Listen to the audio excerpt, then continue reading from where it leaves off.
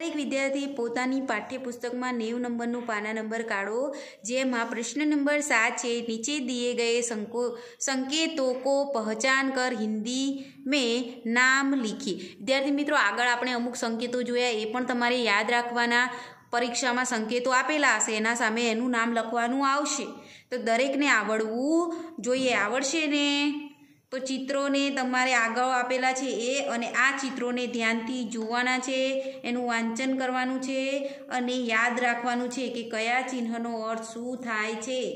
બરાબર? તો અહીં આપણે જોઈશું કે કયા ચિહ્નનો અર્થ શું થાય છે। બરાબર? પહેલું આપેલું છે થોભો સ્ટોપ, તો હિન્દીમાં એને કહેવાય ઠહરીએ, ઊભા રહો, ઠહરીએ, આપણે હિન્દીમાં લખવાનું છે ઠહરીએ। તો દરેક વિદ્યાર્થી જે તમારી બુક છે એમાં લખો ઠહરીએ। તો ઠહરીએ જેનો અર્થ થાય છે સ્ટોપ। સ્ટોપ જે થોભો આ ચિત્ર આપેલું છે તમારે યાદ રાખવાનું છે કે સ્ટોપ એનો અર્થ થાય છે ઠહરીએ। ત્યારબાદ જે બીજું ચિહ્ન છે પ્રવેશ બંધ, નો એન્ટ્રી, તો એને કહેવાય પ્રવેશ નિષેધ। શું કહેવાય? પ્રવેશ નિષેધ। તો તમારે આ પ્રમાણે લખવાનું છે પ્રવેશ નિષેધ। બરાબર? ત્યારબાદ આ પ્રમાણેનું ચિત્ર છે ત્રીજું, એક માર્ગીય સંકેત, વન વે સિગ્ન્સ, તો એનો અર્થ શું થાય? એક માર્ગીય સંકેત, શું લખવાનું છે? એક માર્ગીય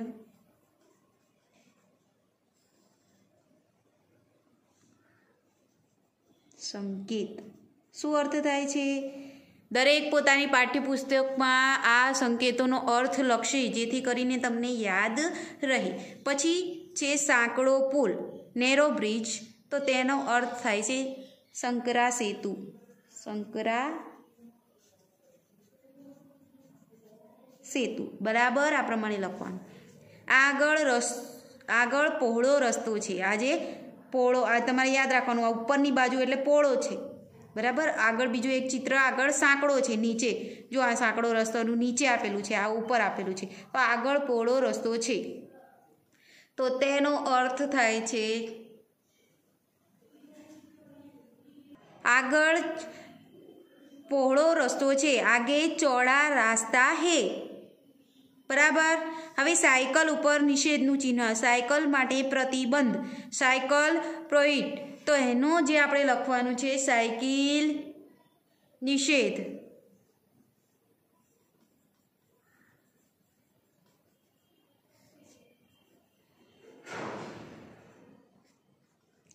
સાયકલ નિષેધ। બરાબર? તો સાયકલ નિષેધ। ત્યારબાદ આ જે છે ગોળાકારનું ચિહ્ન, ગોળાકાર રસ્તો, તો રાઉન્ડ અબાઉટ જેનો અર્થ થાય છે ગોળાકાર રાસ્તા, ગોળ રસ્તો છે। બરાબર? ત્યારબાદ આજે આપણે આ પહોળો રસ્તો એ પ્રમાણે નીચે આપેલું હોય તો સાંકડો રસ્તો છે, તો આગે રાસ્તા સંકરા હે, આગે રાસ્તા સંકરા હે, તો આ પ્રમાણે લખવાનું છે। જે એ 4, 8 આપેલા છે આપણને સંકેતો, જે તમારે યાદ રાખવાના છે 8 એ 8, અને આગળ આપેલા જે છે એ પણ, તો આ તમને પરીક્ષામાં પૂછાઈ શકે છે। સંકેતોનો જે અર્થ હિન્દીમાં આપેલો છે એ તમારે યાદ રાખવાનો। બરાબર? હવે નોટબુકમાં આગળ લખો અને સ્વાધ્યાય પોથીમાં પણ, સ્વાધ્યાય પોથી આપેલી છે એમાં દરેકે પ્રશ્નોના જવાબ લખવાના છે। प्रश्न नंबर 8, नीचे दिए गए प्रत्येक विषय के बारे में 5-5 वाक्य लिखिए। मेरा परिवार, तो तमे तमारा परिवार विषे 5-7 जे 5-5 वाक्य लखवाना छे। सब्जी मंडी अने मेरी प्रिय सब्जी हूँ तमने लखावुं छुं अहींया, ए प्रमाणे तमारे लखवानुं छे। बराबर? तो नोटबुक अने तमारी पेन्सिल लईने बेसो, जेमां तमारे पहेलुं टाइटल लखो मेरा परिवार, जेमां तमारे लखी शको कि मेरे परिवार में 5 सदस्य है। तमारे जेटला सदस्य होय एटलुं लखवानुं कि 5 है कि 6 है कि 7 है। मेरे परिवार में 5 सदस्य है।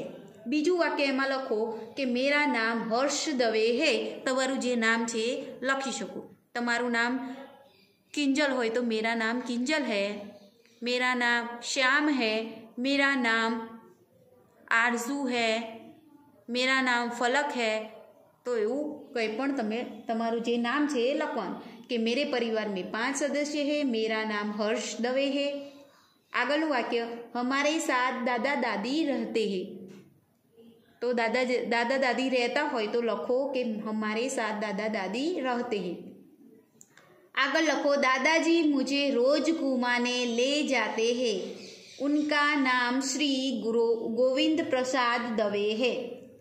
तो तमारा दादाजी होय तो तमे एवं लखी सको कि वो रोज दादाजी मुझे रोज घुमाने ले जाते हैं, उनका नाम पछी तमारा दादानु नाम लखवानुं श्री गोविंद प्रसाद दवे है। तमारा दादानु नाम जे होय तमारे लखवानुं। मेरी दादी मुझे रोज सोते समय कहानी सुनाती है, उनका नाम श्रीमती तरु दवे है। तो तमारी दादीनु नाम लखवानुं। पछी लखो आगळ मेरे पिताजी डॉक्टर है। तमारा पिताजी जे करता होय तमारे लखवानुं कि मेरे पिताजी व्यापारी है, मेरे पिताजी सब्जी मंडी में सब्जी बेचते हैं, या फिर मेरे पिताजी ऑफिस जाते हैं। तो ये सब लिख सकते हैं। जे पण तमारा पिताजी करता होय तमारे लखवानुं कि मेरे पिताजी अहींया हूँ लखूँ छूँ कि डॉक्टर है, उनका नाम श्री नीलांग दवे है। तो एमनुं नाम तमारे लखवानुं। मेरी माता शिक्षिका है। तो तमारी माता जे व्यवसाय करता होय तमारे लखवानुं कि मेरी माता शिक्षिका है, उनका नाम श्रीमती पूर्वी दवे है। मुझे मेरे परिवार के साथ खूब मजा आता है। बराबर। तो आ प्रमाणे तमारे मेरा परिवार के बारे में 5 वाक्यों लखवाना छे। त्यारबाद छे बीजो सब्जी मंडी। આપણે કેસાસોરની અંદર જોયું હતું સબ્જી મંડી વિશે, દરેક શાકભાજીઓ વિશે। તો સબ્જી મંડી ટાઇટલ મારીને લખો। એમાં હું જે બોલું એ જ લખવાનું છે, એમાં કંઈ પરિવર્તન કરવાનું નથી। જે પ્રમાણે હું બોલું છું એ પ્રમાણે દરેક વિદ્યાર્થી લખશે। मेरे घर के पास ही में बड़ी सब्जी मंडी है। मेरे घर के पास में ही बड़ी सब्जी मंडी है, जहाँ मैं अपनी माता के साथ कभी कभी जाता हूँ। जहाँ मैं अपनी माता के साथ कभी कभी जाता हूँ। सब्जी मंडी में बहुत शोर होता है। सब्जी मंडी में बहुत शोर होता है, वहाँ अनेक सब्जी और फल की दुकानें सजी होती है। इनके अलावा लारियाँ भी सब्जी फल से भरी होती है। बहुत लोग यहाँ सब्जियाँ और फल खरीदने आते हैं।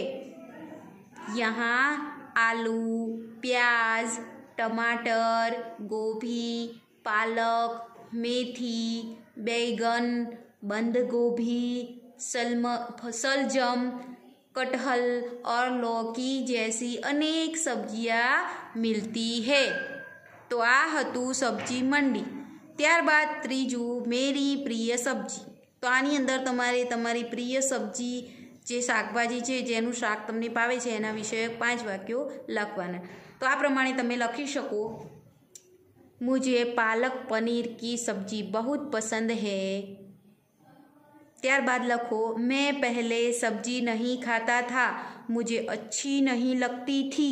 फिर मेरी दादी ने मुझे थोड़ी थोड़ी सब्जी खिलाना शुरू किया और खिलाते समय वह सब्जी के गुण भी बताती। सब्जी के लाभ के बारे में सुनकर मैं सब्जियाँ खाने लगा। अब मुझे सभी सब्जियों में पालक पनीर बहुत अच्छी लगती है। मेरी दादी यह सब्जी बहुत अच्छी बनाती है। तो आ प्रमाणे मेरी प्रिय सब्जी के बारे में आप लिख सकते हो। उसके बाद प्रश्न नंबर 9, नीचे दिए गए वाक्यों में रेखांकित शब्दों पर बल देकर बोलिए। तो आ जे अहींया जे अमुक वाक्यों आपेला छे आपणे एनुं वांचन करीशुं। मैं सब्जियों का सरताज हूँ। तो जेनी नीचे आपणे लाइन करेली छे अंडरलाइन, एनी पर वजन देने के लंबाई ने बोलवानुं छे। तो मैं सब्जियों का सरताज हूँ।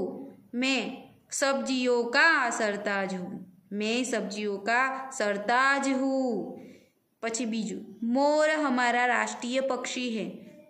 मोर हमारा राष्ट्रीय पक्षी है। मोर हमारा राष्ट्रीय पक्षी है। मोर हमारा राष्ट्रीय पक्षी है। त्रीजू मैं कल रामपुर गया था. मैं कल रामपुर ગયા था. મેં કલ રામપુર ગયા था.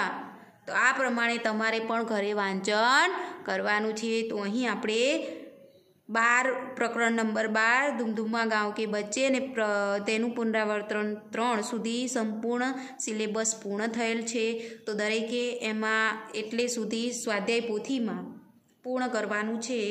સ્વાધ્યાય પોથીમાં પ્રકરણ 12 સુધી દરેકે જે પ્રશ્નો આપેલા છે એ સ્વાધ્યાય પોથીમાં અને નોટબુકમાં ફરજિયાત લખવા. હિન્દીની ધોરણ 5ની નોટ બનાવવાની, એમાં પણ લખવાનું. અને સ્વાધ્યાય પોથીમાં જે પ્રશ્નો સ્વાધ્યાય પોથીમાં આપેલા છે એ સ્વાધ્યાય પોથીમાં એના જવાબ લખવાના. જે પ્રશ્નોના જવાબ સ્વાધ્યાય પોથીમાં નથી પરંતુ ચોપડીમાં છે તો એ તમારે નોટબુકમાં લખવાના. તો એ પ્રમાણે તમારે હોમવર્ક ફરજિયાત દરેકે કરવું. હવે અહીં આપણો અભ્યાસ પૂર્ણ થાય છે.